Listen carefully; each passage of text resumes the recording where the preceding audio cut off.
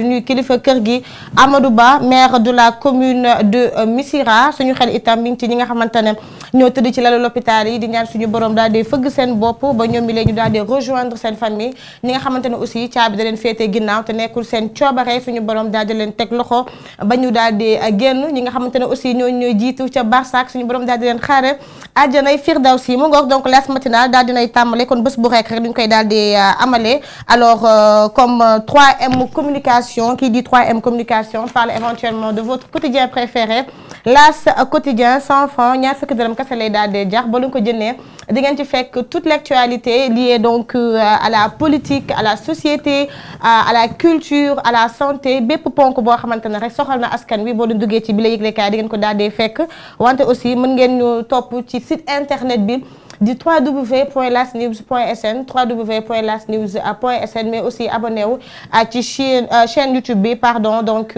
di Las TV boo leen ci duggee di ngeen fekk lépp loo xamante ne rek mooy suñu ay programme toutes nos nouvelles vidéos rek li nga xamante ne donc dañ leen koy daal di tegal bés bu nekk donc dee leen gën a wéy di abonné wu wante aussi di ñu topp à travers toutes nos plateformes digitales les réseaux sociaux Facebook Instagram X de ex Twitter ba ci réseau social bi le di TikTok boo leen ci duggee donc di ngeen mën a topp toute l'actualité de L'As mu ngoog tey di nuyu Abdoulaye Ndiaye moom laa tàmmoon bokkal bi lay jotaay mais aujourd'hui il est appelé à d'autres fonctions wala d'autres préoccupations tey jile donc di espérer demain di ngeen ko retrouver aussi ci émission boobu di Midi Pile suñu gan tey ñu am mbégte dalal ki nga xamante ne mooy monsieur Banda Diop moom mi lay nekkoon maire bu Patte d'Oie wante itam nekk médiateur des banques monsieur Diop am naa mbégte dalal ci plateau L'As matinale maa ngi lay nuyu bu baax di la jox sa wàccuwaay.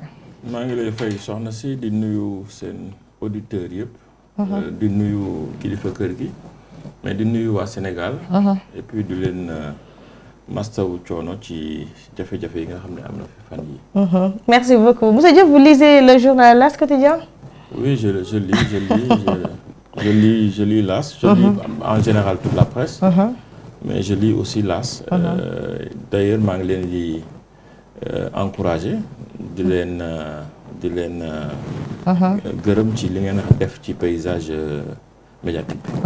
merci beaucoup donc faites comme monsieur Diop da leen jënd yëglekaayu kër gi di L'As quotidien wante aussi ñi nga xamante ne ñoom ay peut-être mendi ay 13h la ñuy yeew wala 12h mën ngeen dugg naturellement ci li nga xamante ne mooy site internet bi www.lasnews.sn en tout cas merci d'avoir répondu à cette invitation monsieur Banda Diop malgré votre emploi du temps certainement très chargé alors sans plus tarder rek ñu jàll ci li nga xamante ne mooy la revue des titres maanaam xëttu yëglekaay journée lu ñu xëyee tey jëlee ci seen une laataa ñuy tàmbali waxtaan bi ak suñu invité du jour di monsieur Banda Diop alors ñu tàmbale donc yëglekaay yi ak li nga xamante ne mooy yëglekaayu kër gi di L'As quotidien di leen wax rek ngeen daw gaaw ci seen ay kiosque pour éventuellement vous procurer votre journal bile di L'As quotidien des journalistes chevronnés di respecter l'éthique et la déontologie di ci am liggéey bu am solo alors restitution de la licence de Walf libération de Sonko et compagnie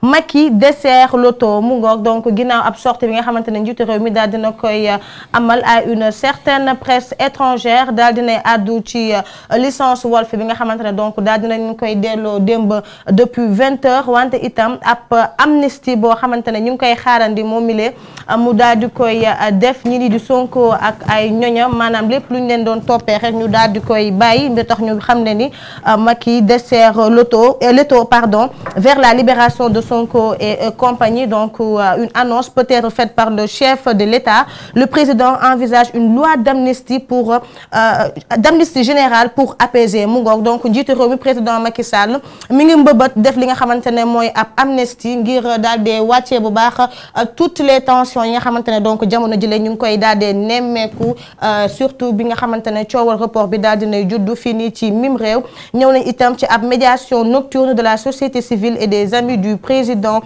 Macky Sall maanaam ak ndaje boo xamante ne ci guddi lañ ko def ci diggante ñi nga xamante ne ñooy ay société civile ak ay xaritu président Macky Sall ngir wax li nga xamante ne mooy tolluwaayu réew mi ci biir L'As quotidien aussi ginnaaw bi nga xamante ne démb amaloon nañ ab conférence de presse waa coalition Diomaye président ñoom nee nañ dinañ continuer battre campagne donc ñoom nanguñu benn yoon bile report bi nga xamante ne donc daal dinañ koy décider keroog foofu noonu ca pencum ndaw réew mi li ni mel ñu koy xamle naka démb ginnaaw ab ndaje bi nga xamante ne ñoom tamit daal di woon nañ koy organiser. Immuabilité de la date du scrutin présidentiel Benno Bokk Yaakaar rabat le caquet à l'opposition donc li ni donc di waa Benno Bokk Yaakaar ñoom daal dinañ ñëw ci lu ñeel datu scrutin présidentiel maanaam 25 février bi nga xamante ne dañoo ne kenn waru ko changer ñoom nee nañ donc bile date c'est immuable maanaam ça peut changer c'est pas date boo xamante ne donc c'est fixe bu ñu sukkandikoo ci ñi nga xamante ne ñoo nekk ci waa Benno Bokk Yaakaar donc le fait que ñu daal di koy poussaat li ni mel lu ñu war a mën a nangu la ba tey ci li nga xamante ne ma yëglekaayu L'As quotidien ñëw nañ ci manifestation yi nga xamante ne amoon àjjuma muy Ndakaaru wante itam ci yeneen gox-goxaatu réew mi surtout foofu noonu ca Ziguinchor li ni mel benn doomu Adama daal na si ñàkk bakkanam ak lu tollook fukk ak lu tekk ci ay blessé maanaam ñu ci génnee ak ay gaañu le bilan total même national est passé à 3 morts dinañ ci ñëw après ci yeneen yëglekaay yi le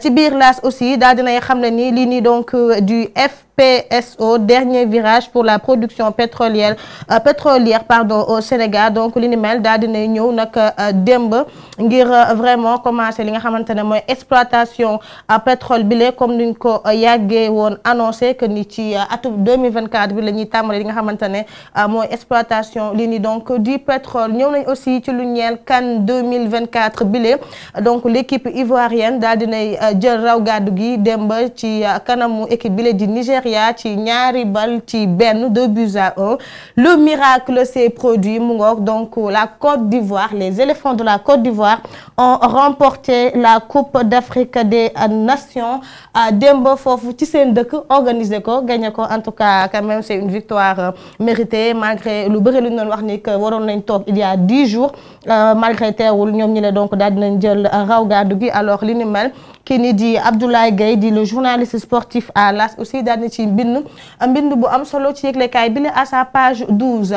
yor week-end macabre pardon les morts du report donc nee nañ report bi nga xamante ne daal dinañ ko annoncé tax na ba ñi nga xamante ne mooy 3 personnes daal di si ñàkk seen bakken Landing Camara Alpha Yoro Tunkara ak kii nii donc di Modou Gueye dinañ ci ñëwaat en détail ci yëglekaay Libération moo si gën a ñëw ci li nga xamante ne mooy ces 3 mots critiques le ministre Doudou Ka sur le report présidentiel un impératif démocratique catégorique donc jëwriñ bi la di Doudou Ka daal dinay addu ci li nga xamante ne mooy lii nii donc di présidentielle bi la ñu daal di xamante ne reporté nañ ko ba ci jëmmi jamono di xam ne ni le Sénégal n'est pas condamné à élire un candidat suspecté de corruption ou à élire un candidat régulièrement mis sous mandat de dépôt ou à élire un candidat binational maanaam suñu réew parewul ngir daal di teg li nga xamante ne ab candidat boo xamante ne dañ ko suspecté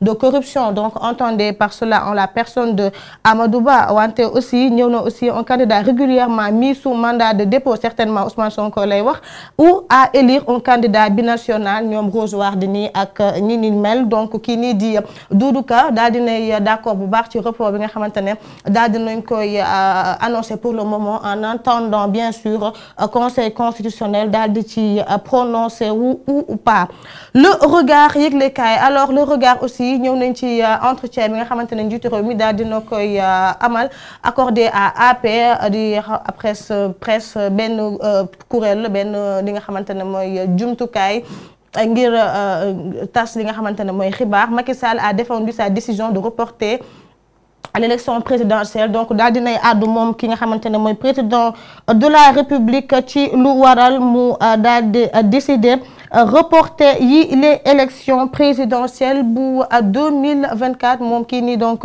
di président Macky Sall nee na je ne cherche absolument rien sauf à laisser un pays en paix, en stabilité donc moom leen taxu koo jug lu dul bàyyi ci réew mi lii nii donc di jàmm ak salaam li ni mel moo tax mu daal di bëgg reporter yi les élections mais bëggul accroché wu benn yoon ci li nga xamante ne mooy pouvoir bi ndax annoncé woon na ko sax il va pas se présenter donc pour li nga xamante ne mooy 3e mandat. Je dis maintenant que je vais travailler pour l'apaisement, pour des conditions qui permettront au pays d'être paisible. Tenons tous des discussions inclusives avant d'aller aux élections donc mi ngi réitérer son vœu de dialogue maanaam ñëpp toog toute la société civile ak li nga xamante ne mooy opposants yi waxtaan trouver des solutions avant ñu dem ci yi nga xamante ne mooy l'élection présidentielle. Pendant les périodes de fragilité nous devons être prudents. Le pays doit naviguer cette étape de transition électorale avec une lucidité et tranquillité complète afin que le pays continue d'avancer donc mu nekk ay kàddu ki nga xamante mooy président Macky Sall. Alors beneen yëglekaay di alerte quotidien autonomisation des femmes report de la présidentielle. Habib Niang conforte sa base électorale donc kii nii di Habib Ndiaye mi ngi xoolaat bu baax ndëgëraayam donc ci goxam jàppale aussi ñi nga xamante ne ñooy soxna yi wante aussi daal dina àddu ci lu ñeel report présidentiel bi donc ngeen mën ko fekk ci yëglekaay boobu di alerte quotidien. Vox Populi Macky préfigure le scénario du pire après le chaos qui s'est emparé du pays suite au report de la présidentielle. Donc président Macky Sall aussi daal na ci addu nee na si les politiques ne sont pas capables de s'entendre sur l'essentiel d'autres forces organisées le feront à leur place et ils perdront tous le pays avec. Donc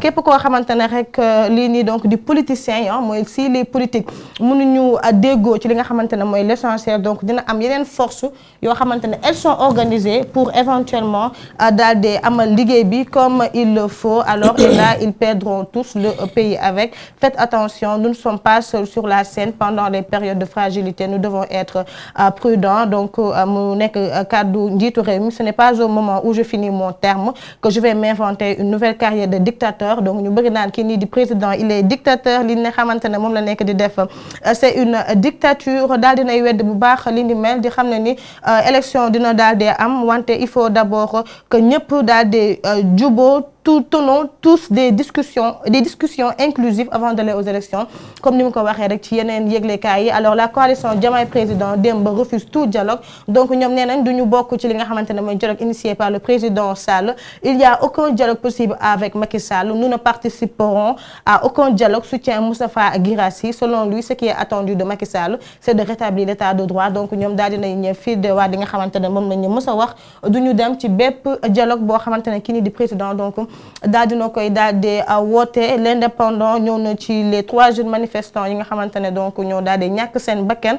Étudiant Alpha Yero Tunkara ñàkk bakkanam àjjuma wi la ñu daal di weesu foofu noonu ci université Gaston Berger bu Saint-Louis. Modou Gueye di ab jaaykat ay atam toll ci 23 moom itam daal dinay gaañu daal dinay ñàkk bakkanam ginnaaw bu mu amoon ay blessures mujjee donc faatu foofu noonu ci hôpital principal bu Ndakaaru. Landing Camara nekkoon élève foofu noonu ci lycée Djigna boobu Ziguinchor moom itam samedi la daal di ñàkk bakkanam ginnaaw bu ñu ko yóbbee service d'urgence bu l'hôpital régional bu Ziguinchor ñoom ñëpp ñuy ñaan li ni di suuf woyof bu baax seen kaw. Alors le mandat aussi ñëwaat na ci le bilan macabre donc le report enterre 3 vies mu ngoog c'est malheureux.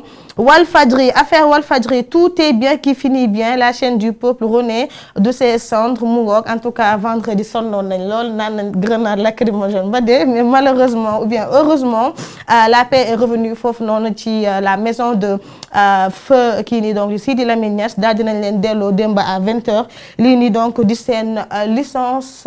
Alors Sud Quotidien manifestation contre le report de la présidentielle les vérités du docteur Mamadou Diouf donc daal dina àddu ci li nga xamante ne mooy manifestation yu tukkee ci report bile au début de révolution vers la fin d'un système la dérive autoritaire de Macky Sall était prévisible donc mu nekk ay révélation docteur kii nii donc di Mamadou Diouf ngeen mën ko fekk ci yëglekaay Sud Communication du Sud Quotidien.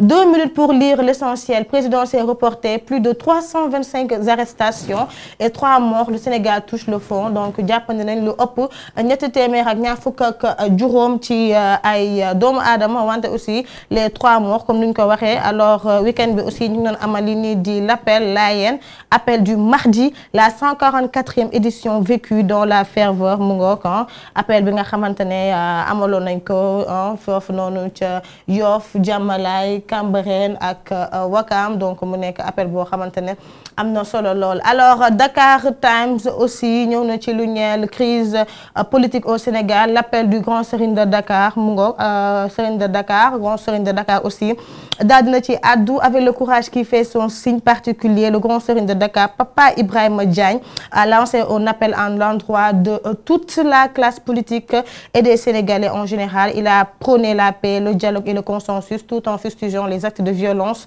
connus ces derniers jours. Le dignitaire lébou déclare avoir entamé des démarches pour trouver une solution à cette crise qui touche tout le Sénégal, plus particulièrement Dakar. Donc grand serigne de Dakar Papa Ibrahima Diagne daal dinay addu ci li nga xamante ne moo xew ci langum politique bi laata muy ñaawlu violence yi nga xamante ne donc nemmeeku nañ ko depuis àjjuma wi ñu weesu di xam ne ni aussi dina teg ay jéego ngir vraiment jàmm daal di ñëwaat fii nii ci mim réew. Donc mu nekk des paroles des révélations faites par le grand serigne de Dakar. beneen yëglekaay di Le Quotidien aussi ñëw na ci njiitu réew mi Macky amnistie décrispation émeute de mars 21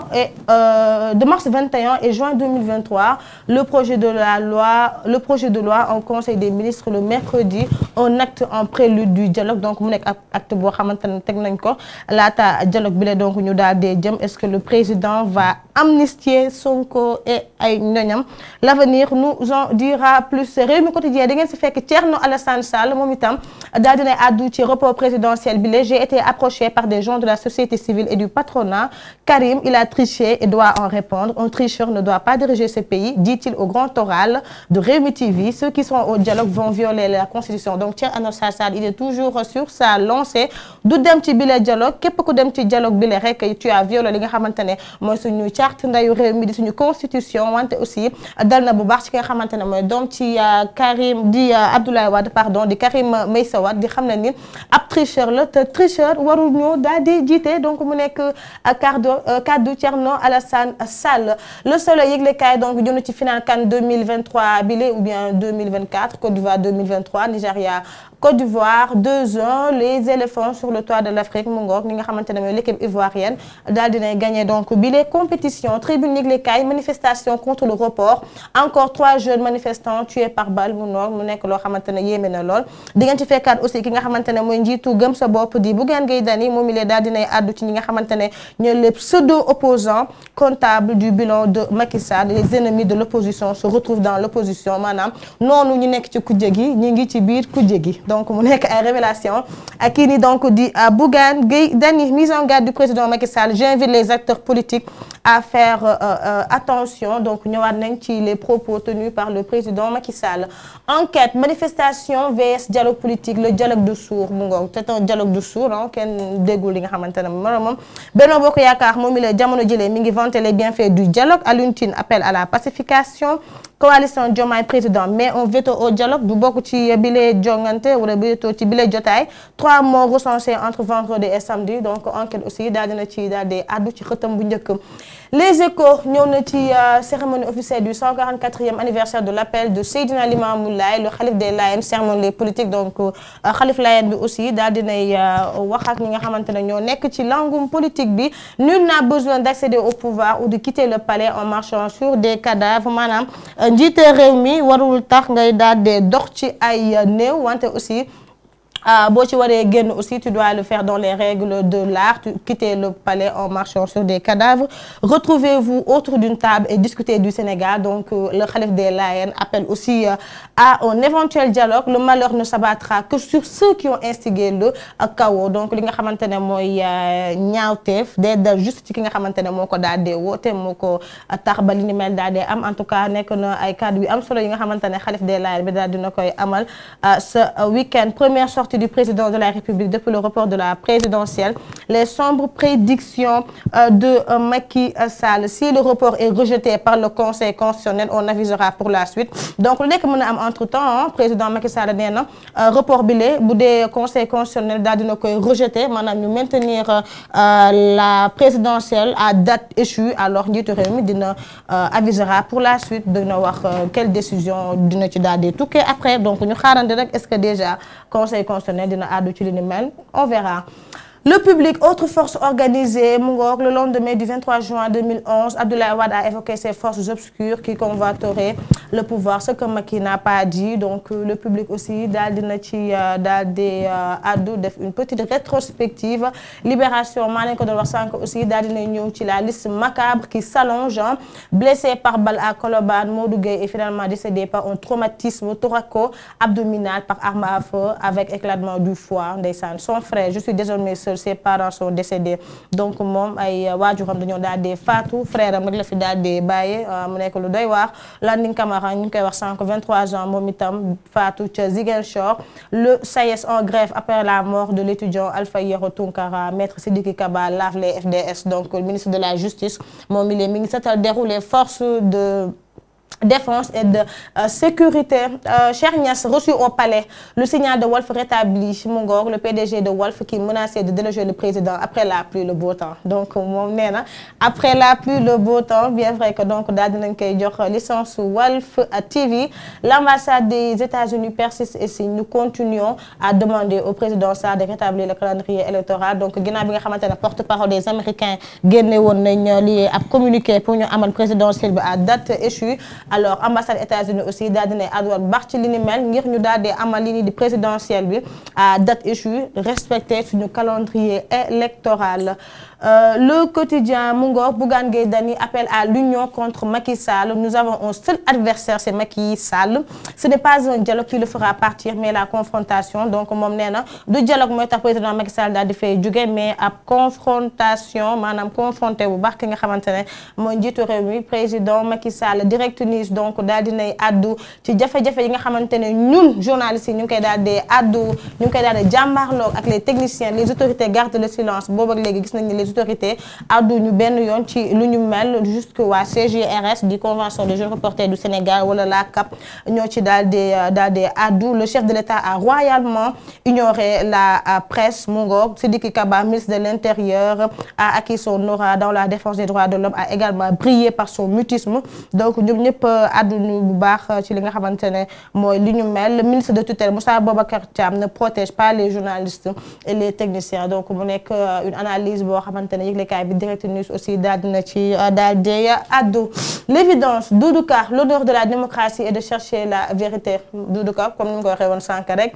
Accusation de corruption, report de présidentielle, commission d'enquête, dialogue, coalition Ali président de Nioro plaide pour des éclaircissements. Donc ki nga xamante ne mooy Aly Ngouille Ndiaye bëgg na ay leeral ci lu ñeel accusation corruption bi nga xamante ne ñu ngi koy tuumal waa conseil constitutionnel, report présidentiel bi wante aussi commission d'enquête bi fan la daal dee toll ak li nga xamante ne dialogue initié par le président Macky Sall li ne mel lépp. Donc moom mi la bëgg na ci li nga xamante ne mooy ay leeral. Walf Quotidien, après 8 jours de coupure, Macky restitue la licence de Walf comme ni ñu ko waxee rek. Alors bokk na ci ñi nekkoon ci médiation bi di kii ni donc di Pierre Goudiaby Atepa, Alioune Tine ak Amadou Ba. Donc am nañ ab rendez-vous ak ki nga xamante ne mooy le président ak ki nga xamante ne mooy Cheikh Niass pour éventuellement ñu daal di leen restituer seen licence. Maître Cheikh Niass ou monsieur Cheikh Niass dénonce l'excès de zèle de Moussa Bocar Thiam. Macky Sall, il est jeune comme toi, la liberté d'information est importante, mais le droit de la vie à la vie est indispensable. Donc président Macky Sall aussi daal dina ci addu. L'info comme ni ko laas waxee l'étau se dessert, Macky dessert l'étau se dessert autour de Macky et ses 7 sages. Donc ñëw nañ ci ñi nga xamante ne ñu ngi xaarandi en tout cas sortie des 5 agrégés de droit ñoo addu ci li ni mel ci report bile. Wante di fàttali ñi ngi xaarandi le président de la CEDEAO tey jii la war a ñëw fii nii donc ci Ndakaaru pour éventuellement wax ci report bile ngir ñu daal di ko koy bañ a amal wante di ngeen ko fekk aussi ci yëglekaay boobu di l'info. L'observateur aussi, Sonko et le traquenard du dialogue entre le besoin de réhabilitation et les risques d'implosion. C'est un couteau à double tranchant mu ngoog secret de vie des 3 jeunes manifestants yi nga xamante ne ñàkk nañ seen bakkan. Serigne Mboup aussi daal dinañ amal waxtaan ak moom nee na dialogue bi le du dara lu dul piège boo xamante ne njiitu réew mi moo ko daal dee teg moom Serigne Mboup nekkoon candidat retenu à la présidentielle yi les sources à tous bientôt déférés. Donc ñëw nañ ci li nga xamante ne mooy une quarantaine de manifestants en garde à vue depuis vendredi entre Linguère et Dara. Alors ñoom ñëpp jamono jëlee donc daal dinañ leen daal di déféré. ñëw nañ aussi ci déjà 3 cercueils mu ngoog yal na leen yàlla xare àjjana ñoom ñetti ñëpp. Alors 24 heures chrono. Football, supposé guéguerre entre Lat Diop et Augustin Senghor qui tire les marrons du feu. Lat Diop, ministre des Sports indésirable. Donc ñëw nañ ci lajj yu ñu nemmeeku ci Euhlou Sport, surtout ligne de football entre les 2 hommes. Le malaise persiste-t-il? Donc fi mel ni am na problème ci diggante ñoom ñaar ki ni di Augustin Senghor ak Lat Diop. Que les réseaux d'influence qui gravitent autour de notre football arrêtent toute forme de chantage. En tout cas 24 heures daal na ci àddu bés bi le jour grande muette dans le ton qui prévient contre la prise du pouvoir par des forces organisées. Alors bu politiciens yi ñëwul ànd ak seen sago bu baax il va mettre en place des forces organisées pour éventuellement jàmm yi daal di am ci mim réew. Alors on termine par la page sportive stade de yëglekaay CAN 2023 finale Nigeria Côte d'Ivoire ñëw nañ ci am le miracle jusqu'au bout mu ngoog une révolte entamée face au Sénégal. Le tombeur du champion devient champion. Le tombeur du champion devient champion. Waaw ñoo gagné Sénégal et maintenant ils sont champions, c'est incroyable. 3e sacre continental des éléphants, donc ils ont maintenant une 3e étoile ci seen maillot. Alors on termine par suñu lamb te suñu lamb lu mu wax le tapisseur lutteur se développe. Balla Gaye de Modou Lo titre roi des arènes exclusif Tapha Tine depuis Abidjan. Donc daal na ci addu 4e KO en carrière pour 7 victoires. Vite fait exécute Cheikh Bari en 57 secondes. Donc vite fait moo daan Cheikh Bari ci juróom fukk ak juróom-ñaar simili mu ngoog donc den ko fekk ci yëglekaay boobu di suñu lamb mu ngoog donc li ni mel moo nekkoon di gën a fës tey jëlee ci l'actualité. daw leen gaaw ci seen ay kiosque pour éventuellement vous procurer vos journaux. jënd leen yëglekaay L'As quotidien ba nu ko jëndee jarul sax ngeen di dem ci yeneen journée yi parce que L'As daal dinay tënk lépp loo xamante ne rek yeneen journée daal nañ koy relater aujourd'hui ci seen une. Alors je rappelle notre invité di monsieur Banda Diop, ancien maire donc de la Patte d'Oie mais également médiateur des banques. Alors monsieur Diop kon ni ko yëglekaay yi waxee wala laata sax ñu dugg bu baax ci li nga xamante ne mooy ce qui fait l'actualité. Commençons par le report de la présidentielle ki nga xamante ne ñooy ñoom Benno Bokk Yaakaar wala plutôt ñoom Abdou Mbow et consort nee nañ donc lii nii donc di constitution bi elle n'a été ni modifiée ni changée mais c'est plutôt une neutralisation temporelle de la constitution. Alors est-ce que ànd nga ci bile explication pour justifier report bi nga xamante ne waa dinañ koy voté keroog ca pencum ndawu réew mi. Voilà, merci beaucoup. maa ngi lay gërëm di la sant. maa ngi encore renouveler suma nuyoo ci Sénégal yëpp. particulièrement Patte d'Oie. mais aussi di gërëm bu baax a baax ak delloo njukkal. kilifa diine yi. kilifa diine yi nekk ci Sénégal yëpp. ma sepp ci nag comme contexte bi dañu jógee ci appel. sepp ci kilifa diine yi nga xamante ni ñoom ñooy njabootu Baay Laay di rafetlu bu baax a baax ñaan yi ñu def démb pour Sénégal nekk ci jàmm delluwaat ci jàmm. je pense que jàmm moom mooy li nga xamante ni vraiment moom la réew mi soxla. alors pour ñëw nag ci contexte bi man parti socialiste laa bokk. parti socialiste def nañu SEN secrétariat exécutif national balaa yàgg incha allah dinañu joxe suñu communiqué. suñu position ci wàllu report bi. donc nekkul ne damay wax ne kii wax na dëgg wala kële waxul dëgg mais li am solo tey mooy contexte bi ñu nekk contexte su jàmm la gis naa ni ci biir week-end bi bëri na ay appel à la paix. bi ci njëkk mooy bi nga xamante ni président feddali na ko ci bi muy recevoir benn organe de presse. ensuite gis naa ne aussi kilifa diine yi bëral nañ ko ci seen i wax ci week-end bi. mais aussi jàpp naa ni tey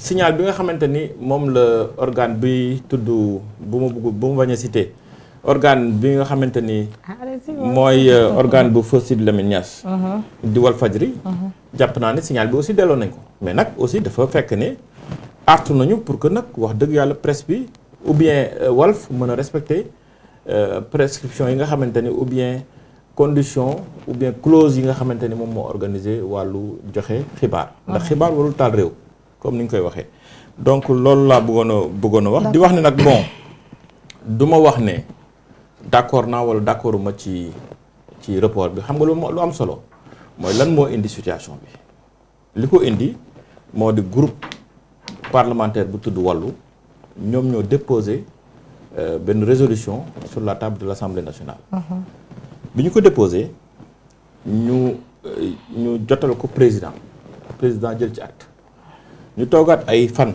ñaar wala ñetti fan ñu def benn proposition de résolution pour demander président mu abroger décret bi nga xamante ni moo convoqué woon collège électoral bi loolu amee Assemblée nationale réunir ci boppam 3/5 des membres accepté ko donc dañu bëgg wax ne dafa am parti boo xam ne moo initié li nga xamante ni mooy report bi ñu ko initié président jël na ci acte bi ñu toogee ay bés aussi waxaat nañu ne comme jàpp nañu ne grief yi ñu am ci conseil constitutionnel dafa xaw a doy waar ba pare am na ci yoo xamante ni ay tentative de corruption lañ ci tudd bien que nag la présomption d'innocence elle est sacrée pour tout le monde donc jàpp nañu ne comme juge boobu mooy ki nga xamante ne bu ñu defoon élection yi processus électoral bi moom moo koy contrôler moom moo war a joxe résultat yi te jàpp nañu ne am na ay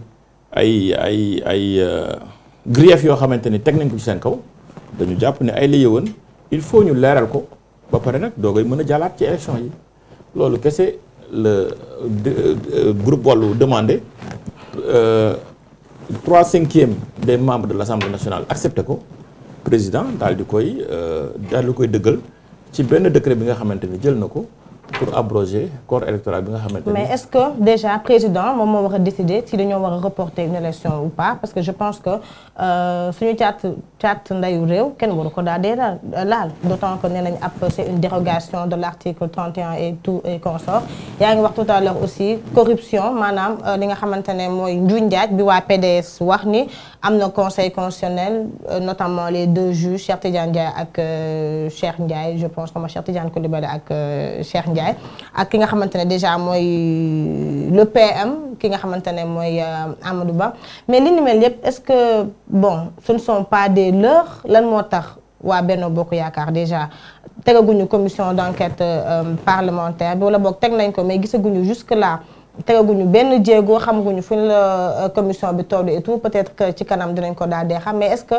du ab ragal boo xamante ne le président peut-être xam na ne candidat bi la di Amadou Ba bu demee à la présidentielle peut-être dañ koy daal di gagner mu bëgg changer peut-être une stratégie entre-temps moo tax ñu naan corruption wala plutôt recours bi waa PDS tax moo tax ñu bëgg pousse yële élection est-ce que c'est assez plausible c'est ça ma question est-ce que li ni mel c'est assez plausible selon vous bien vrai que nee nga doo ci bon li ma wax dama ci dellu si waat rek mais dama la bëgg wax lu leer loo xamante ni président reporté wul élection dafa fekk assemblée ci résolution boo xam ne def nañ ko pour accepter le groupe wàllu mi nga xamante ne moom moo initié projet de loi bi pour fekk si leen pour leerlu parce que dañu porter ay grief yu doy waar dañu cité ñaari juge à savoir Cheikh Tidiane Coulibaly ak Cheikh Ndiaye wax ne dañ leen korom delluwaat cité candidat Benno Bokk Yaakaar bi nga xamante ni moom mooy premier ministre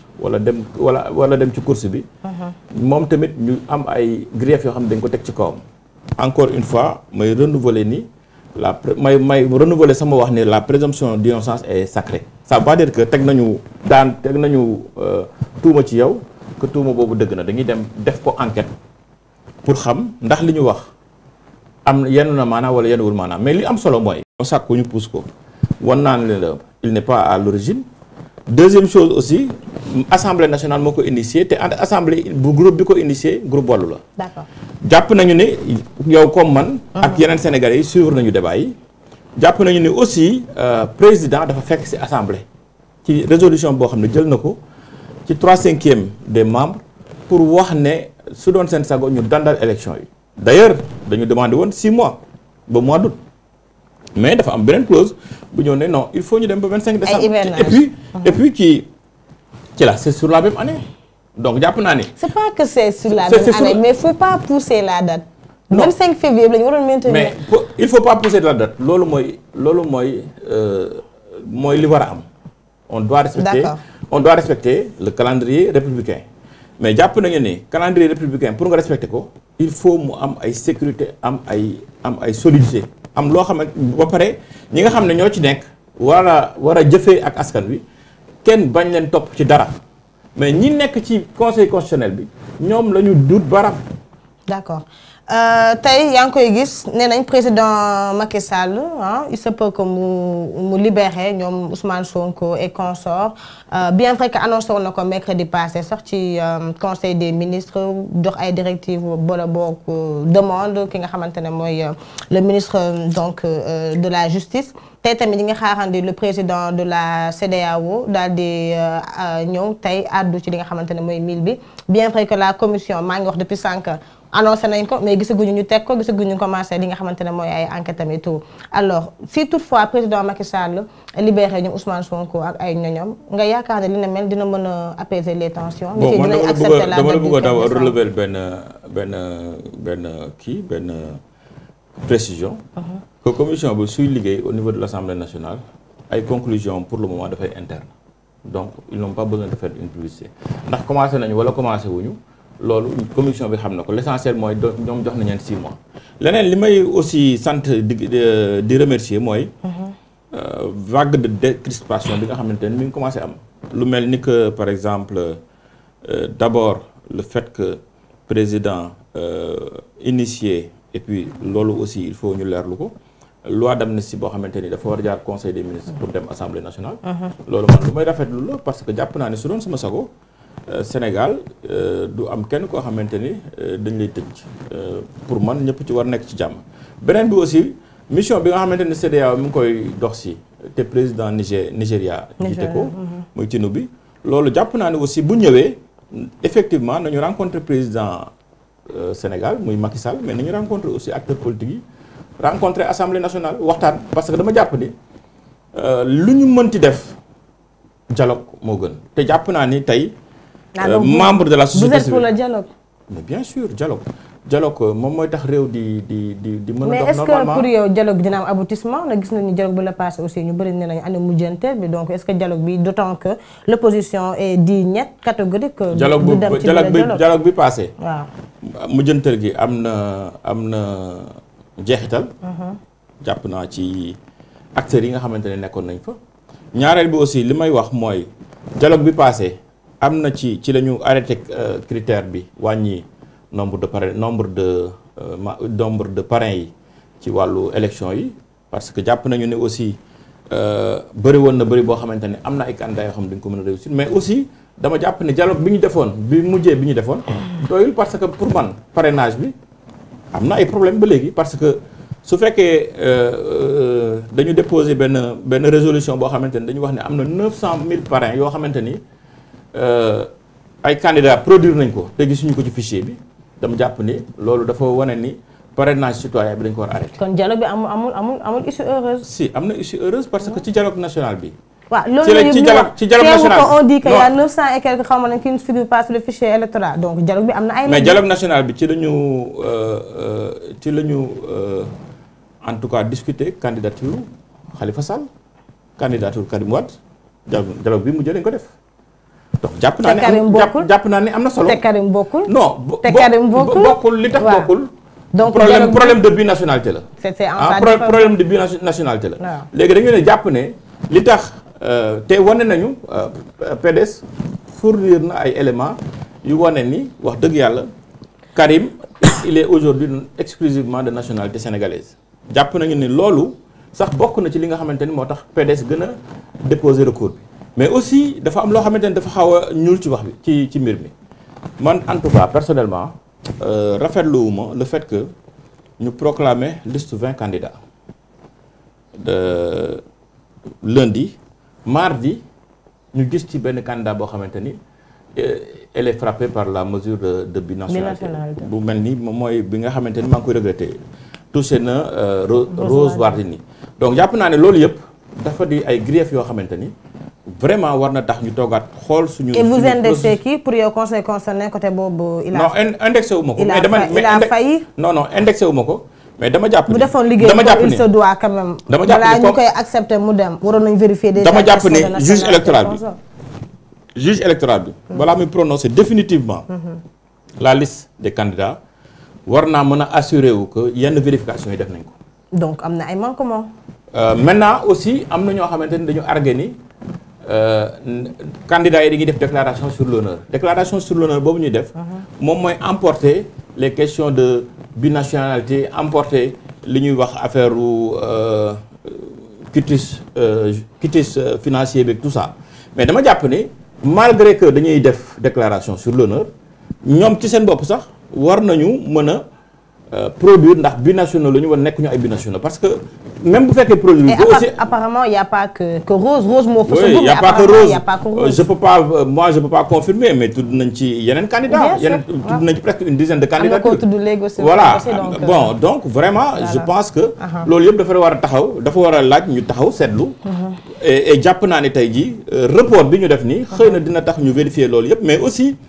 li am solo mooy suñu kii bi ñu woote waat dialogue bi ñu woote waat mën na tax ñu remettre en cause par exemple ce que le parrainage citoyen parce que man jàpp naa ne parrainage citoyen amul solo xam nga lu tax amul solo mënuma comprendre mais parrainage citoyen amul solo alors que c'est nous population qui allons vers les urnes choisir notre candidat. non amul solo xam nga lu tax suñu parrainage mais primordial on est d'accord. am na 40 candidats ou bien 49 candidats yoo xamante ne bi ñu paree ci contrôle parrainage bi première étape bi. sàkku nañu pour gis président ne ñoom gisuñu seen bopp ci processus électoral bi ñoom am nañu ay parrain jox nañu présenté nañu ay parrain mais parrain yooyu dem nañu conseil constitutionnel sax nee na parrain yooyu nekkuñu ci fichier bi. donc jàpp naa ne loolu pour que ñu mën ko éviter dañu war a retourner ci parrainage élu yi. parrainage élu yi comme Sénégal. am na ay gox-goxaan am na ay communes. am na ay conseil départemental am na assemblée nationale am na HCCT am na CSE nañu retourner ci ko. mais loolu day gën a amoindrir la liste aussi. mais on ne peut pas aller on peut kon li ma la wax nii non seulement day amoindrir la liste on peut pas faire des élections sérieuses avec 20 candidats c'est trop 20 candidats dafa bëri. kon d'accord nga lépp stratégie la pour wàññi candidats yi aussi. lan mooy stratégie. le fait que ñu teg lii yëpp ay commission ay trucs lii yëpp mën na nekk. pour non man xam nga lu ma bëgg suñu may poser question ñu poser ma question dama ni. poser nga wax nga ma dàq ni li nga wax noonu amul. ñu wax affaire candidature mais man jàpp naa ni. 20 candidatures ci élection au Sénégal dafa bëri dafa bëri. deuxièmement dina am problème ci gestion wu candidats yi. troisièmement aussi yàq la. d'accord yàq la. donc jàpp naa ni war nañu mën a am système boo xamante ni candidat bu ci nekk dafa war am maillage géographique bu ko may pour que mu bokk ci. d'abord di nga am ay élus parce que nag aussi il faut pas que nit ñi y a des candidats ci biir élection bi ñoo xamante ni mosuñoo gagné commune. mosuñoo gagné commune mosuñoo gagné conseil départemental. non. avec le programme s'il convainc la non ça va pas dire que da nga war a am base politique. non forcément tu gagnes une élection. si da nga war a am base politique. c'est pas évident. non da nga war a am base affective c'est-à-dire que président c'est quelque chose de sérieux mënuloo tëb rek jékki-jékki ne dama bëgg nekk président de la République président c'est une affaire sérieuse pour man ku ko bëgg a nekk da nga war a commencer déjà à la base mooy. d'abord nga wane sa bëgg-bëgg ci sa partenaire fi nga dëkk wala nga wane sa bëgg-bëgg ci sa réew nga dem assemblée wala nga dem CSE wala nga dem HCCT c'est important mënuloo tëb rek jógee kenn xamul foo jógee nga ñëw jékki-jékki rek indi sa ay parrainage ne man dama bëgg nekk président amuloo jaar loolu mun ça ne se fait pas. d'accord yaa ngi naan tout à l'heure que vous êtes pour parrainage des élus te même keroog à l'Assemblée nationale d'après fiche bi ñu joxoon tamit ils ont dit que ils veulent supprimer le parrainage citoyen maintenant bu dee parrainage des élus bi jàll na maanaam maire yi collectivités territoriales comme ni ñu ko waxee ak députés yi am déjà li ma njëkk wax mooy la liste dina wàññeeku, elle va s'amoindrir.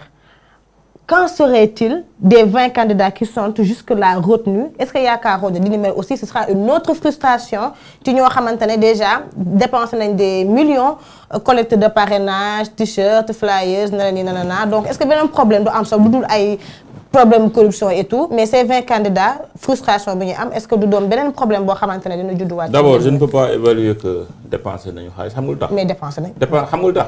wax 30 millions caution. non mënuma ko évaluer xaw ma ndax dépensé nañu wala dépensé wuñu mais li ma wóor ba wóor mooy. dugg ci gox li ma wóor ba wóor mooy. parmi eux. parmi les candidats. ak ñi nga xamante ne bëggoon nañ nekk candidat. amoon na benn vent de suspicion ndax dinañ dem ci élection wala duñ dem ci élection ba tax na yenn moyens yi génn parce que su fekkee yow da nga nekk candidat man ma nekk candidat ñu dem parrainage yow nga jàll. ma am ak yow affinité di waxtaan ak yow wax la ne man dama bëgg def recours. pour que ñu annule parce que gis naa Bougane Gueye et je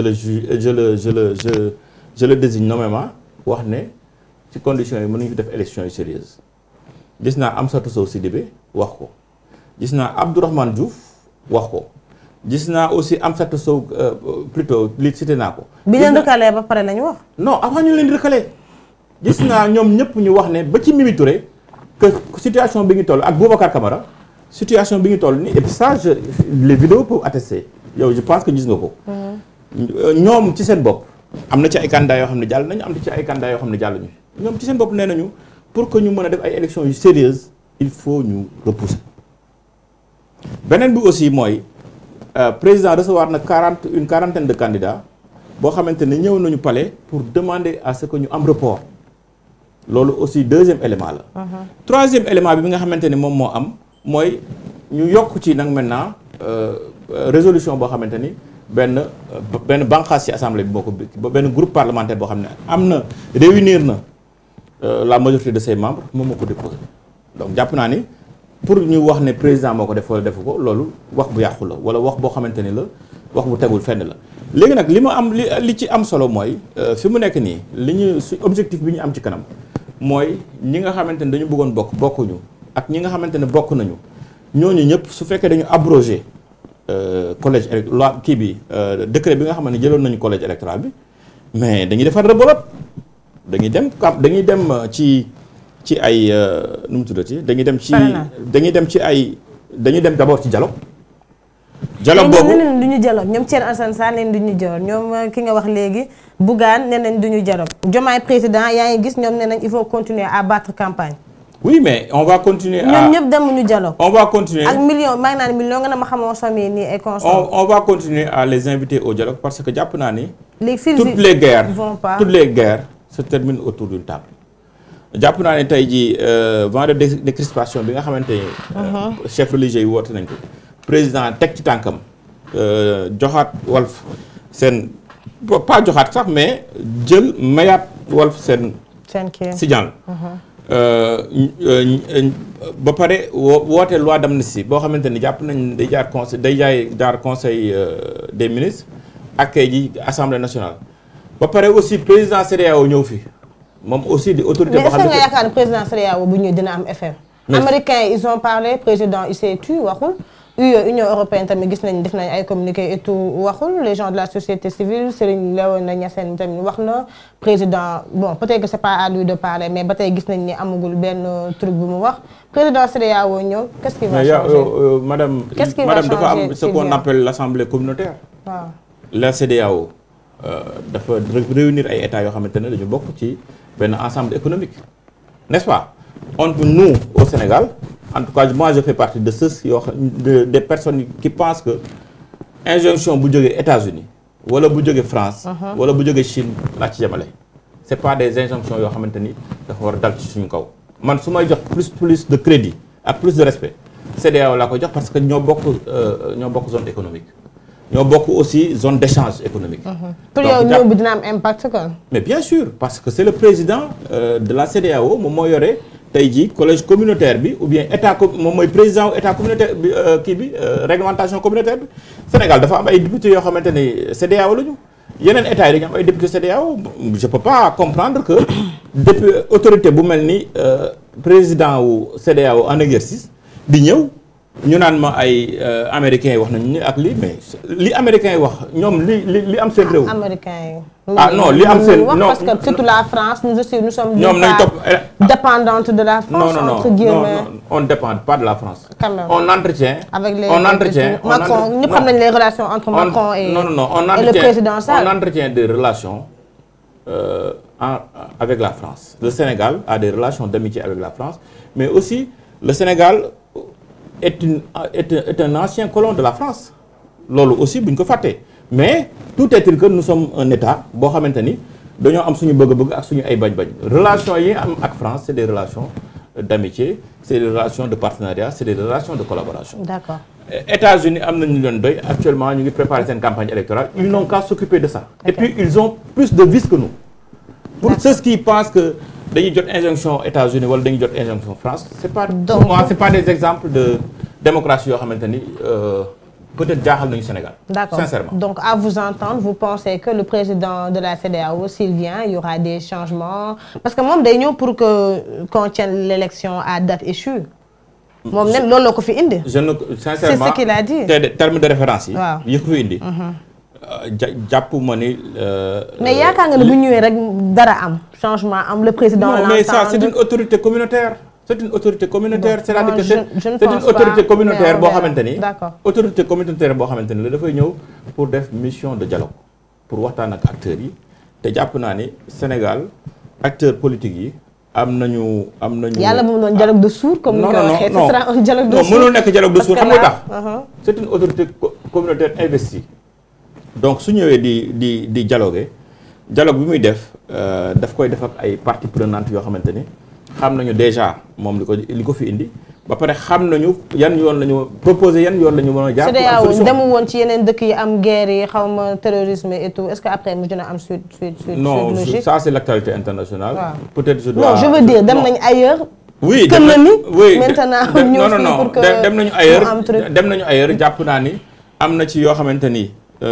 conclusion yi suivre nañ ko am na ñoo xam ne suivre ñu conclusion yi mais li ma jàpp daal mooy autorité communautaire investie la moom mooy président Tinubu bi actuellement ñëw na Sénégal. il va rencontrer le président Macky Sall il va rencontrer les acteurs de l'Assemblée nationale mais aussi il va rencontrer les acteurs politiques. D'accord. Et sur la base de ça nag maintenant dinañu tirer ay éléments de conclusion. D'accord, on verra bien en tout cas depuis vendredi gis nañ am na ay émeute on va dire wala manifestation non seulement avant ñu attribuer licence su Walfadjri foofu metti woon na lool moi j'y étais naan naa gaz lacrymogène ba dee place de la Nation et consorts Ziguinchor ñu ngi naan 3 morts au total avec une dizaine de blessés donc mu mel ni on est en train de renouer avec les manifestations yu amoon mars ak juin 2021 alors selon vous bu doon président peut-être defaat na une adresse à la nation wax ni qu'on va maintenir l'élection à date échue wala le conseil constitutionnel bien vrai que ñu ngi koy toppee corruption génn une bonne fois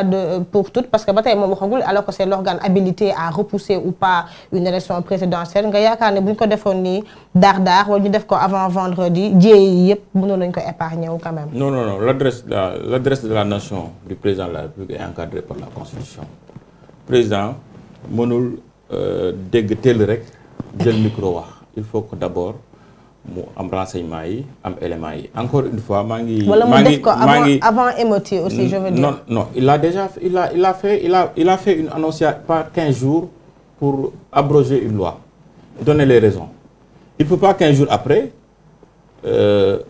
defaat beneen adresse à la nation.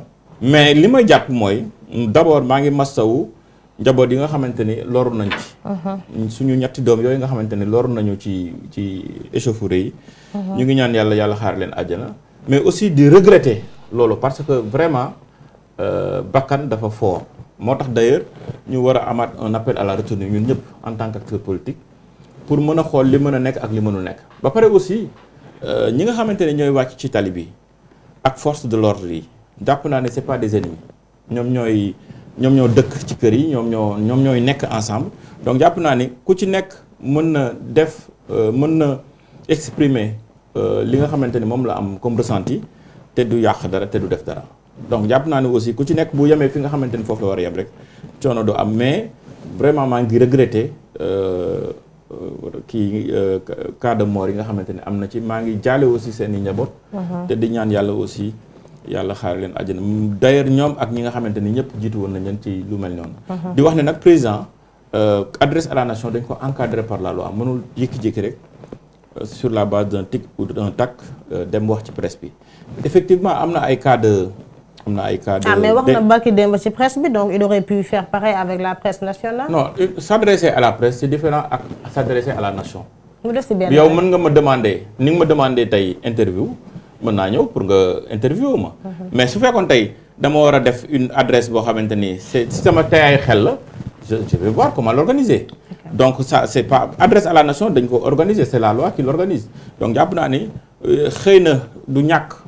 après que président CEDEAO bi def en tout cas tour bi ci classe politique bi xëy na du ñàkk peut-être ñu revenir pour wax ne ay la yowoon d'accord nañu ci def dialogue bi ñii ñooy participer ci dialogue bi terme de référence yi lii la ainsi de suite bon jàpp naa loolu aussi loolu mérité na peut-être adresse à la nation lii aussi mérité na adresse à la nation parce que ay bakkan yu rôle la mais jàpp naa ne aussi balaa mu ci dugg dina wax renseigner wu ba xam lépp naka la jaaree ak fan la toll. vous pensez que ñoom Sonko dina leen libérer comme ni mu ko annoncé. non loolu moom mënuma ci. parce que dañu ne loi d'amnistie nag boo ko déggee. xam nga grâce moom mën na jàpp ne président am na droit de grâce. mais amnistie assemblée nationale. on annule les sanctions loolu moom député yi ñooy waxtaan pour xool nature accusation yi nga xamante ne ñoo am. en ce moment là parce que amnistie dafa mel ne genre dañuy lay baal sa sanction yi nga xamante ne. mais si toutefois ça passe je veux dire nga yaakaar ne dina baisser les tensions. mais bien sûr déggoo man la jeune boobu man. et que lui il pourra quand même être candidat. non Diomaye. non man jàpp naa ni non kooku sa appréciation la et d'ailleurs. non je dis s'il est amnistié si toutefois il est amnistié il peut être candidat et non. non moi je suis pour des élections inclusives. d'accord élections yi ku ci war a bokk da ci war a bokk. d'accord. que tu sois de l'opposition que tu sois de l'opposition radicale que tu sois du pouvoir soo ci waree bokk da nga ci war a bokk mais li ma jàpp daal mooy lépp lu ñu mën a def pour que jàmm bi dellu si man ànd naa ci personnellement. D'accord. Vous étiez maire de la commune de la Patte d'Oie, c'est bien cela. Alors tey boo ma doon wax gestion commune bi Patte d'Oie depuis bi nga fa nekkee et tout yan jéego yan acte nga fa teg au niveau de la Patte d'Oie. acte yi ma fa teg waa Patte d'Oie yi xam nañ ko. pour les téléspectateurs. oui xam nañ ko mais je veux pas trop di revenir ci. parce que vous avez élection législative non pas législative locale aussi vous vouliez nekkoon candidat n'est-ce pas. j'étais candidat pour ma succession. d'accord gagné woo n'est-ce pas. non gagné woo lan moo tax gagné woo donc est-ce que gisoon y a eu des lajj yooyu. non pour gagné wu ma parce que les populations. n'ont pas jugé nécessaire de renouveler mon mandat. pourquoi. Ça, je ne saurais le dire. Votre bilan a été satisfaisant? Moi, oui, je pense. Mais aussi, je ne suis pas passé parce que jàpp naa ni nga xamante ni noonu la ñu waroon a amee coalition dans Benno Bokk Yaakaar il y a eu des velléités de sabotage des membres de la coalition établi ça c'est clair. yéen ñi seen biir sa jubóo wala. jubóo ñu non jubóo c'est-à-dire que. loolu c'est l'APR qui est responsable de la défaite au niveau de la Patte d'Oie parce que bi ñu paree ci élection présidentielle yi ba war a dem ci élection yi nga xamante ne mooy élection locale yi responsable APR yi ñoo jénn ci coalition bi tas dem def ay liste parallèle am aussi ñi nga xamante ne nekkoon nañ ci liste bi ñu def sabotage mais ça c'est pas important li am importance mooy. kon ñoom ñoo yaakaar si je comprends bien ñun li am importance xam nga la moo am solo. li am solo mooy def nañu élection locale yi. gagné nañ ñu remercier nañu vainqueur bi maintenant vainqueur bi mi ngi doxal. noonu nga gisee ni mu nekk di doxalee malgré bon récemment son emprisonnement et consort est-ce que mi ngi liggéey au niveau de la Patte d'Oie parce que man dëkkuma Patte d'Oie. non aw ma ci benn idée. loolu amoo ci benn idée gisoo benn liggéey bu. aw ma benn idée pour évaluer liggéeyam. mais ci li nga jotagum gis quand même. non population yi ñooy évaluer ñoom ñooy xool ndax ki ñu tànn. mi ngi def li tax ñu war ko tànn monsieur Diop non je peux accepter wax ma nan nga gisee liggéey. non c'est pas à moi d'évaluer c'est les populations qui l'ont élu qui doivent l'évaluer man war ma ko évaluer. mais yow ci li nga gis nii ni nga gis bi non man gisuma dara. gisoo dara man gisuma dara def man gisuma dara toppatoowuma li nga xamante man depuis que j'ai quitté la mairie. Je m'occupe de mes obligations professionnelles et je continue à faire la politique au sein de Benno Bokk Yaakaar parce que je suis un militant du Parti socialiste. D'accord. Mais quant à évaluer li nga xam ne moom la sama prédécesseur yi def loolu population yi ñoo ko gën a habilité ñoom ñoo ko gën a habilité au moment venu eux ils vont se prononcer. D'accord. Sur ça. Parmi vos autres activités vous êtes médiateur des banques. Lan mooy médiateur des banques. Bon, je suis médiateur des banques, des systèmes financiers décentralisés et des services financiers de la Poste. D'abord, il faut savoir que Sénégal dafa am coutume ou pratique ci wàllu méthode alternative de règlement de conflit. Dañu jàpp ne conflit yu mën a am ci écosystème bi. soxla lu muy dem tribunal mën nga def recours à un médiateur médiateur bi nag. dafa nekk ci bànqaas bu tudd observatoire de la qualité des services financiers au niveau du ministère des finances. D'accord. Donc observatoire bi dafa am secrétaire exécutif monsieur Habib Ndaw ensuite am 2 médiateurs à savoir man comme médiateur 2 médiateurs financiers. kenn koo xam ne mooy toppatoo affaire assurance yi ak kenn koo xam ne mooy toppatoo affaire banque yi man. sama wàllu affaire banque yi la. léegi nag ci banque yi souvent da ngay gis benn client bu ne boo wax ne. dama def prêt mais voilà dama am ay difficultés pour remboursement bi. wala dama dem ci gab bi di jël xaalis dugal sama carte ñu débité ma ko muy mooy question débiteur bi. te jotuma xaalis bi. wala aussi sama kii SFD bi système financier décentralisé caisse bi nga xamante ni fa laa jëlee xaalis.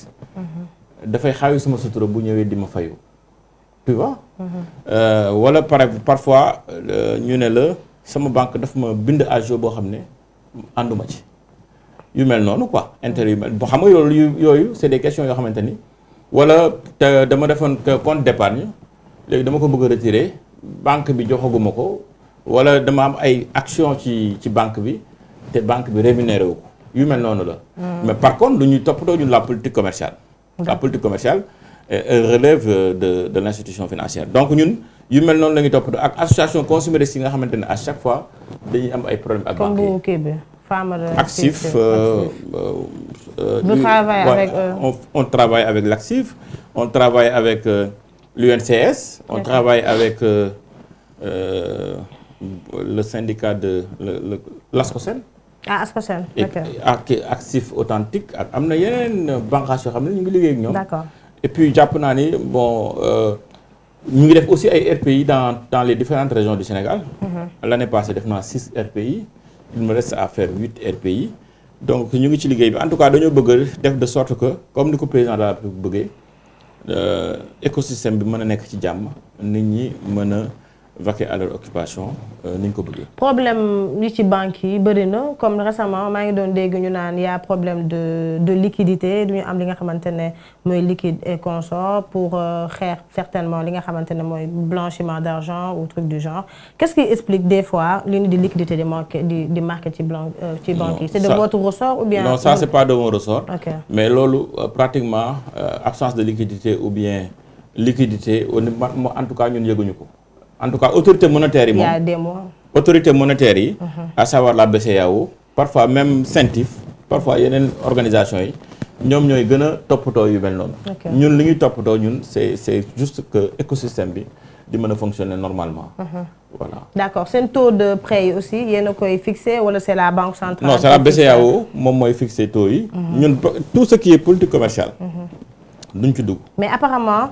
Taux yi ngeen di fixer les petits commerçants c'est supérieur à ceux des entreprises wala des kii qu'est-ce qui justifie cela? Non. Parce que ñoom nee nañ 15% ñoom 25. xam nga dafa bon loolu yëpp politique commerciale la mais dinaa ci mën a joxe quelques explications. banque li ma ci xam explication yi ma ci mën a joxe mooy. taux directeur bi. waaw BCEAO moo koy définir. ok loolu moom ci zone UEMOA bi lay nekk. léegi nag li nga xamante ni su fekkee taux boobu taux directeur bi dañ ko kii soo ñëwee ci par exemple benn banque bi dana ci teg dara pour mën a couvrir ay charges am loolu mooy taux en général. mais li ñuy teg ci baana bi moo ëpp li ñuy teg ci. waaw parce que dafa am par exemple dafa am ñoo xam ne ay institutions financières reconnu la ñu éprouvé. am yoo xamante ni nag mën nañ leen wooye ay institutions financières mais de seconde zone. lu mel ni les caisses populaires. lu mel ni les mutuelles. ñoom seen ay frais de gestion day gën a compliqué day gën a cher moo tax en général seen ay taux ak taux yeneen banques yi xaw a am tuuti différence ñoom ñooy gën a kawe le taux. Voilà c'est ça. D'accord kii bi nu mu tudd banque islamique apparemment il y en a qu'une seule au Sénégal. banque oui bon oui c'est la finance islamique. est-ce que gisoo finance islamique war nañ ko instaurer ci yeneen banques yi bu nekk mu am au moins ne serait-ce qu'un guichet de banque islamique. Non loolu moom opportunité bi banquiers yi ñoom ñoo koy mën a évaluer parce que BCEAO teg na benn bànqaas boo xamante ni pour banque. parce que même la BIS apparemment c'est la même chose avec les autres banques je dis. apparemment non xam nga BIS. waaw dafa am na banque classique am na banque. am na banque islamique. donc banque islamique moom dafa am ay critères am ñoom seen ay taux seen ay outils de gestion c'est différent ak yeneen banques yi. ñeneen ma séparé de. non c'est différent. D'ailleurs pour que nga mën a am agrément wu banque islamique. il faut que BCEAO délivrer la ko te foofu aussi condition de critères yi nga xamante ni moom mooy tax ñu mën la ko jox dafa am ay critères yu leer a leer. maintenant nag développer fi trop parce que. Parfois da ngay gis benn banque boo xamante ni day def banque classique la comme yeneen banques yi am benn guichet boo xamante ni guichet banque islamique la. mais loolu dafa des sensibilisation bi dafa des pour nit ñi xam ko et tout. mais vous faites la com est-ce que ñu ngi def communication bi pour ce que. Bon ça c'est parce que même la politique dans les banques je me dis que ñu bëri amaguñu cette politique cette habitude de je sais pas comment utiliser l'argent wala truc ci li nga xamante ne mooy banquier et consort est-ce que. Non loolu ministère des finances et du budget mi ngi ciy def liggéey bu mucc ayib. À travers l'observatoire de la qualité des services financiers. tey jii jàpp nañu ni ñu ngi def ay réunions publiques d'information. ci lu jëm ci wàllu inclusion financière. lu jëm ci wàllu éducation financière. lu jëm même ci wàllu endettement ak surendettement dama jàpp ne dañ ko war a gën a yaatal fexe ba liggéey boobu ñu ci def ñu gën ko wéyale de sorte que population yëpp dinañu xam. En tout cas politique monétaire bi ak li nga xamante ni moom la ñu war a moom moo ci aju. Vous êtes pour l'enseignement de la banque islamique dans les universités, les écoles supérieures? Non, mais on a déjà démarré nous aujourd'hui au niveau de l'observatoire de la qualité des services financiers ñu ngi jéem a dugal curriculum éducation financière ak inclusion financière. ci wàllu curriculum de base bi pour école yi. D'accord. Pour école yu au moins collège à partir du collège même ou bien à partir de l'élémentaire ñu commencé am ay modules. De pas gestion financière proprement dite mais au moins des modules yoo xamante ni c'est ça part de l'inclusion financière. En tout cas des modules yoo xam ne da lay initier sur la pratique monétaire yooyu ñu ngi koy commencer maintenant nag ñu ngi ciy liggéey ak ministère de l'éducation nationale. di ci liggéey ak direction yi nga xamante ne ñoom ñoo nekk ci ministère yi te bokk ci politique financière bi. jàpp naa ne balaa yàgg dinañ mën a déterminer curriculum boo xamante ni. moom moo koy def dina doon lu am solo incha allah. en tout cas fallait que ma laaj la ko vu que j'ai vu que voilà. c'est ça c'était la dernière question. mais merci. voilà merci beaucoup moi aussi je vous remercie répondu à l'invitation. moi aussi je vous remercie vraiment kaddu yi am na solo un gars une personne pardon. Très ponctuel parce que man sax dama tardé de 10 xaw ma 15 minutes macha allah bi ma ñëwee fii. donc moom laa ko fekk voilà donc on vous en remercie vraiment malgré votre emploi du temps très chargé. nga ñëw wuyu ci bile jotaay. di espérer que lépp lu ñu fi waxtaanee rek amoon na njëriñ askan wi di la remercier encore une fois et je vous laisse dire au revoir à nos invités. waaw maa ngi sant ñëpp di gërëm ñëpp di wax ne aujourd'hui li am solo rek mooy exhorter ou bien encourager. Les acteurs politiques. ñu dem ci dialogue bi. su ñu demee ci dialogue bi itam dina leen permettre élection yi nga xamante ne moom mooy am le 15 décembre 2000 ou bien le 25 décembre. le 15 décembre. le 15 décembre 2024 dina tax. bu dee conseil constitutionnel waxagul entre temps. non conseil constitutionnel mënul kii conseil constitutionnel. du compétent ci su fekkee constituant bi moo jënee. mën na wax à tout moment de. su fekkee xam nga le constituant c'est le parlement. Parlement bi moom moo yore baatu askan wi. mais le dernier mot revient au conseil constitutionnel. non le dernier mot revient au constituant parce que constituant bi su fekkee dafa jël dafa voter loi boobu dafay li koy frappé mooy le principe d'injusticiabilité, c'est-à-dire que en général les lois du constituant kenn du ko attaqué kenn du ko recours parce que du am kenn du ko compétent pour mën ko atte. D'accord. loolu c'est important ñu xam ko. En tout cas merci. Merci c'est moi qui vous remercie.